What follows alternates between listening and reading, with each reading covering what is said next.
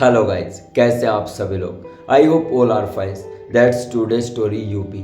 आज की जो कहानी है यूपी की है, जो कि सोहन नाम के लड़के की है, जिसकी बहन की डेथ हो गई थी। उसकी बहन की जिस प्रकार से डेथ हुई वो वाकई दर्दनाक थी, क्योंकि जो सोहन की फैमिली थी उसके पास इतने पैसे नहीं थे कि वो अपनी बहन का इलाज करवा सके। इस कहानी की शुरुआत होती है करीबन 2.5 साल पहले। सोहन जो कि यूपी का रहने वाला था, उसकी एक छोटी बहन थी जिसका नाम मिताली था। करीबन 3 साल उसकी बहन उससे छोटी थी और उसके मम्मी पापा एक घर में रहा करते थे, जो कि कच्चा सा घर था। यानी जैसे कि हम बिटोड़े बलाई में जाते हैं, जो उपले होते हैं ऐसे चद्दर से डालते हैं, छान जिसे कहते हैं हम, जो झुंडे की बनी होती है, वैसा उनका घर था और मिट्टी से उनका घर बनाया हुआ था। वो बड़ी ही मुश्किल से अपना गुजारा कर पाते थे। जो सोहन थे उसके मम्मी पापा काफ़ी ज़्यादा गरीब थे। उनकी जो बहन थी सोहन की, वो करीबन उस समय 11 साल की थी और सोहन जो था करीबन 14 साल का था। लेकिन जो भी उनके साथ हुआ वो वाकई बहुत ही दर्दनाक था, और सोहन के साथ जो उसकी बहन की डेथ होने के बाद हुआ वो और भी खतरनाक था, क्योंकि जो कुछ सोहन ने सुना, जो कुछ दिखा, वो बहुत ही अजीब था। सोहन के जो मम्मी पापा थे वो काम करते थे, यहीं किसी के महल में झाड़ू पोछा का काम किया करते थे। उसकी जो मम्मी थी सोहन की, वो बहुत ही घरों में बर्तनों मांजती थी, रोटी पकाती थी, ये सब काम किया करती थी। सोहन के जो पापा थे महलों में, जो कि जिनका बड़ा सा घर हो गया जहाँ पर 3-4 हज़ार रुपये मिल जाए, तो ऐसी जगह पर वो जॉब किया करते थे। तो ऐसे ही समय गुजरता है। जो मिताली थी वो 5th-6th क्लास में हुई थी, तभी अचानक बीमार पड़ गई थी, और पता नहीं कोई ऐसी बीमारी हो गई थी कि जिसके चलते सोहन के मम्मी पापा के पास बिल्कुल भी पैसे नहीं थे और वो बहुत ही परेशान हो गए थे। उन्होंने आसपास के लोगों से मदद भी मांगी, लेकिन उन्हें कोई भी मदद नहीं मिली थी। और सोहन की जो बहन थी मिताली, उसकी डेथ हो गई। डेथ होने के बाद सोहन काफ़ी गुमशुदा रहने लगा था, और उसके जो मम्मी पापा थे उनका भी मन नहीं लगता था, क्योंकि उन्होंने अपना जो घर था कच्ची मिट्टी का, एक साइड में छोटा सा एक और कमरा बना लिया था जिसमें कि आराम से रहा करेंगे। अब चारों जो हैं एडजस्ट हो जाएंगे, एक छोटे से कमरे में मम्मी पापा सो जाएंगे, यहाँ पर हम दोनों सो जाएंगे। लेकिन जब मिताली की डेथ हुई तो किसी से देखा नहीं गया, और इतनी बुरी तरह से डेथ हुई थी कि आप समझो ही मत, बहुत ही ज़्यादा बीमार हो गई थी।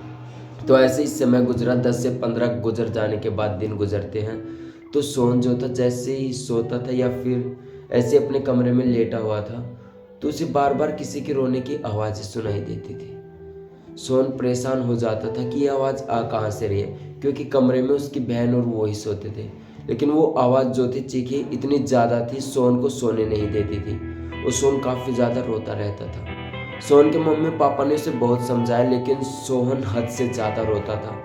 तो ऐसे समय जब बीता 15 से 20 दिन पार चले गए, तो सोहन को थोड़ा सा अजीब लगने लगा, क्योंकि रोने की जो आवाज़ थी वो सहन नहीं कर पा रहा था। उसकी जो बहन थी वो उसकी आवाज़ थी, लेकिन उसे कुछ भी दिखाई नहीं दे पाता था। ऐसे ही जब थोड़ा सा समय और गुजरा, 1 से 1.5 महीना बीत गया, तभी सोहन को याद आया कि अड़ोस पड़ोस में, यानी कि जहाँ पर उनका घर है, घर से करीबन 500-700 मीटर जो एक गांव है छोटा सा, वहाँ पर एक उसका दोस्त है जिसका नाम रघुवीर है, वो कि स्पिरिट्स भूत आत्माओं से बातें करता है, ऐसा उसे पता चला। तो वो वहाँ पर जाता है उस दोस्त के पास रघुवीर के, और कहता है कि भाई ऐसे ऐसे आवाज़ें सुनाई देती है, मैं क्या करूँ। तो जो सोहन था वो सब कुछ बताता है रघुवीर को। रघुवीर भी कहता है कि भाई ठीक है, शाम को मैं तेरे घर आऊँगा, देखता हूँ क्या चक्कर है।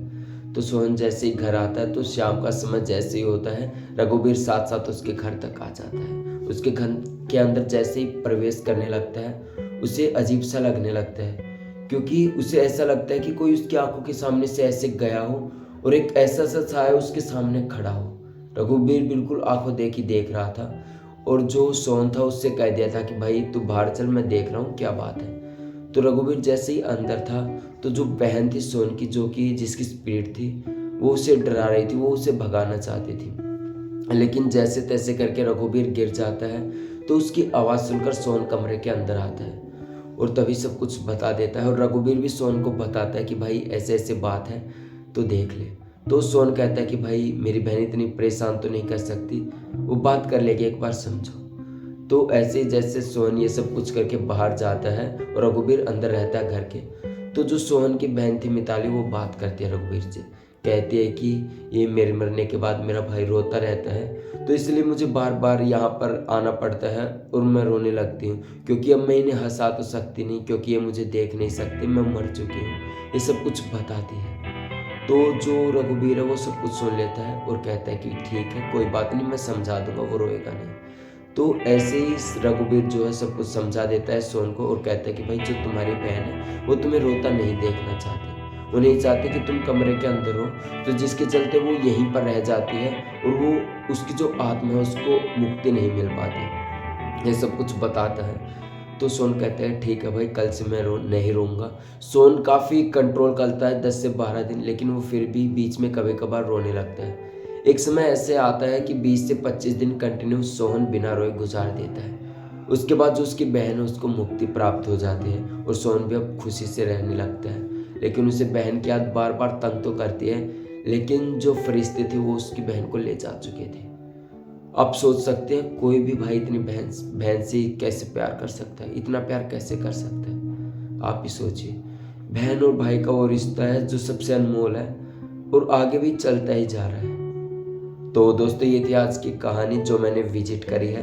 तो कमेंट बॉक्स में ज़रूर बताएं कि आपको ये कहानी कैसी लगी, और ऐसी कहानियाँ सुनने के लिए चैनल को सब्सक्राइब करें। तब तक के लिए जय हिंद। कल फिर से मिलेंगे एक और खौफनाक कहानी।